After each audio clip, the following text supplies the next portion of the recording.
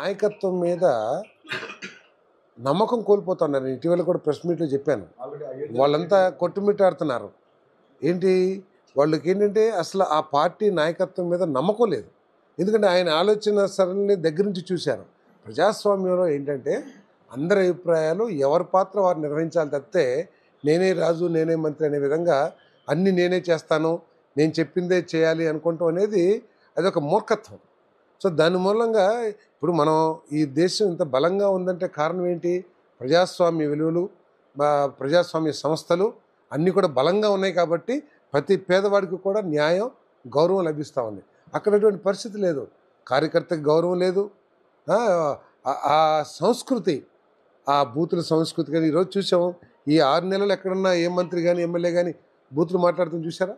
ఎంతసేపు అభివృద్ధి లేకపోతే నియోజకవర్గానికి రాష్ట్రానికి ఏం చేయాలనే పథకాల మీద మాట్లాడే తప్పితే ఎవరన్నా బూతులు మాట్లాడమా? సో అంటే ఆయనకి ఒక మంచి పనికిరాదు. ఆయనకంతా చుట్టూతో ఏంటంటే ఇక అటువంటి శక్తులనే ఆయన ప్రోత్సహిస్తాడు కాబట్టి వీళ్ళందరూ కూడా చేసి ఉంటారు. హైదరాబాద్ గారు కూడా. సో ఇక అది మొత్తం అంటే వాళ్ళు చేసుకునే పాపాల మూలంగానే ముఖ్యమంత్రి గారు ఒకటే చెప్పారు. ముఖ్యమంత్రి మేము పదవి స్వీకారం చేసిన తర్వాత చట్టం తన పని తను చేసుకుపోతుంది, కానీ మనం వెంజెన్స్తో కక్షపూరితంగా మనం పరిపాలన చేయకూడదు. ఎమ్మెల్యేలు కూడా కక్షపూరితంగా ఎవరిని వేధింపులకి గురి చేయరాదు.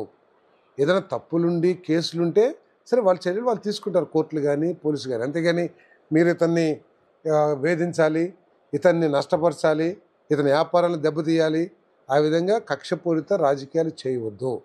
మీరు ఎంతసేపు పాజిటివ్గా మీరు ఆలోచించి మీ నియోజకవర్గానికి ఏం కావాలి, ఏం చేస్తే బాగుంటుంది, గతంలో ఏం చేయటం మూలంగా నష్టం వచ్చింది అనే విషయాలనే మీరు ప్రస్తావించండి తప్పితే వాళ్ళని కొట్టాలి, వీళ్ళని పొడవాలి, వీళ్ళని తన్నాలి, వీళ్ళని తిట్టాలి, అటువంటి వెంజెన్స్ పాలిటిక్స్ చేయొద్దని చెప్పేసి అనుకోవడం సిఎల్పిలో ఉంటారు.